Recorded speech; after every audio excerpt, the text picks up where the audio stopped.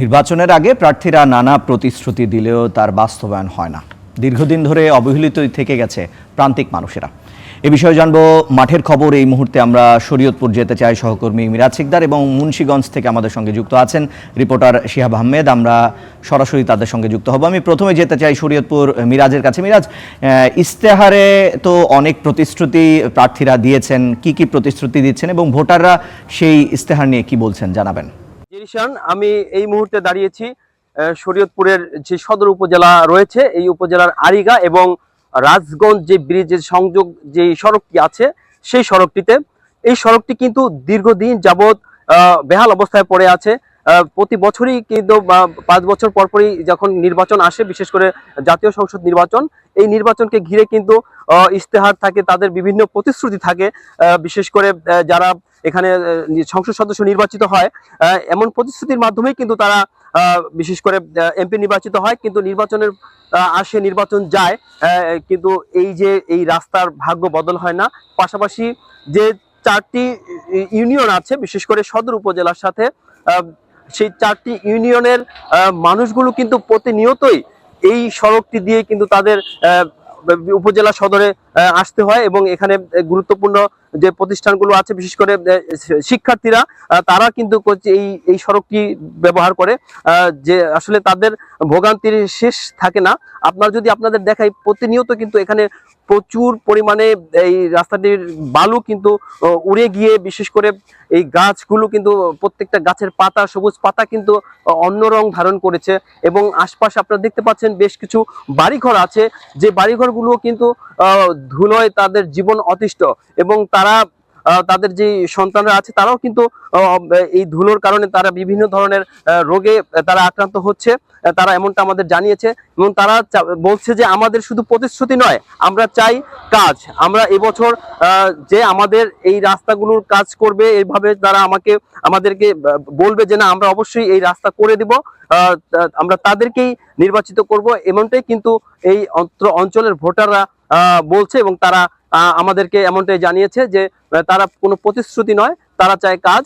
যদি তারা তাদেরকে কাজ করার যেই মানে গ্যারান্টি যারা দেবে, তাদেরকে কিন্তু এই সদর উপজেলার যে সাধারণ ভোটার আছে তাদেরকে ভোট দেবে, এমনটাই কিন্তু তারা জানিয়েছে। তো এই ছিল আমার কাছে সর্বশেষ। মিরাজ, আপনাকে ধন্যবাদ। দর্শক, শরীয়তপুর থেকে মিরাজ আমাদের জানাচ্ছিলেন নির্বাচনের ইশতেহার নিয়ে শরীয়তপুরের মানুষের ভাবনা। এই পর্যায়ে আমরা মুন্সিগঞ্জের সহকর্মী শিহাব আহমেদের সঙ্গে যুক্ত হতে চাই। শিহাব, আপনার কাছে জানতে চাই, মুন্সিগঞ্জের যারা প্রার্থী রয়েছেন নির্বাচনে, তারা ভোটারদের উদ্দেশ্যে ইশতেহার কি কি দিয়েছেন সেটি নিয়ে ভোটারদের কি ভাবনা রয়েছে?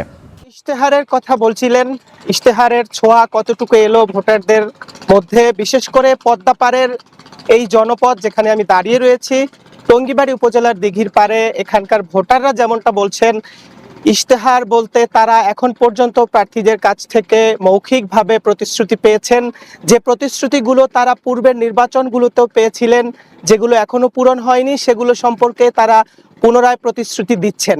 ঠিক এই জায়গাটিতে একটি বেড়িবাঁধ কাজ চলছে। আমার পেছনে আপনি দেখতে পাচ্ছেন যে বেড়িবাঁধের কাজটি 2021 সালে শুরু হয়েছিল, সেটি এখন 2026 সাল পর্যন্ত কাজ চলমান রয়েছে। 2023 সালে কাজটি শেষ হওয়ার কথা থাকলেও এখন পর্যন্ত সেই কাজটি শুরুই হয়নি, এখন পর্যন্ত সেই কাজটি শেষ হয়নি। অন্যদিকে এই যে নদীর দিঘির পাড় প্রান্ত থেকে অপর প্রান্তে যে চরটি রয়েছে, আপনারা দেখতে পাচ্ছেন মাত্র 150 মিটারের দূরত্ব। এই দূরত্বের ফলে এই এলাকা থেকে চরাঞ্চলের 5টি জনপদের মানুষ প্রতিদিন ট্রলারে করে পাড়ি দিচ্ছেন। শুধুমাত্র 150 মিটারের উপর যদি একটি সেতু করা হতো, যেটির আশ্বাস তারা পূর্বেও পেয়েছিলেন, তাহলে দীর্ঘদিনের তাদের সেই ভোগান্তি লাঘব হতো। চরাঞ্চলের যারা বাসিন্দা রয়েছেন তারা যেমনটা বলছেন, প্রার্থীরা ঠিক আগের মতোই তারা প্রতিশ্রুতি দিচ্ছেন। শহর কেন্দ্রিক শহরে তারা সুউচ্চ ভবন করবেন, সেখানে মেডিকেল কলেজ হবে, সেখানে বিনোদন কেন্দ্র হবে, কিন্তু চরাঞ্চলের মানুষের সামাজিক নিরাপত্তা থেকে শুরু করে এখানে ন্যূনতম বিদ্যুৎ সুবিধাটুকু শতভাগ তারা দিতে পারবেন কিনা, দুর্ভোগ তাদের শেষ হবে কিনা, ঝড় এবং দুর্যোগের সময় কত দ্রুত তারা সেই বিদ্যুৎ সংযোগ থেকে শুরু করে সকল সুবিধা পুনরায় ভোগ করতে পারবেন, সেই ধরনের আশ্বাস কিন্তু তারা প্রার্থীদের কাছ থেকে পাচ্ছেন না। মুন্সিগঞ্জে 3টি সংসদীয় আসন এবং 3টি সংসদীয় আসনটি আসলে নদী বেষ্টিত। মুন্সিগঞ্জ 3 আসনটি যদি দেখি, সেখানে ধলেশ্বরী এবং মেঘনা নদী রয়েছে। মুন্সিগঞ্জ 2 আসন যেটি লৌহজং এবং টঙ্গিবাড়ি উপজেলা, পুরো 2টি উপজেলাই আসলে পদ্মা নদীর তীরের উপজেলা। এবং মুন্সিগঞ্জ 1 শ্রীনগর সিরাজদি খান, সেখানেও ইছামতি নদী থেকে শুরু করে একাধিক নদী রয়েছে। কিন্তু এই নদী বেষ্টিত জেলার মানুষরা আসলে প্রতিশ্রুতি বলতে বাড়তি কোনো প্রতিশ্রুতি তারা এখনো পাচ্ছেন না প্রার্থীদের কাছ থেকে।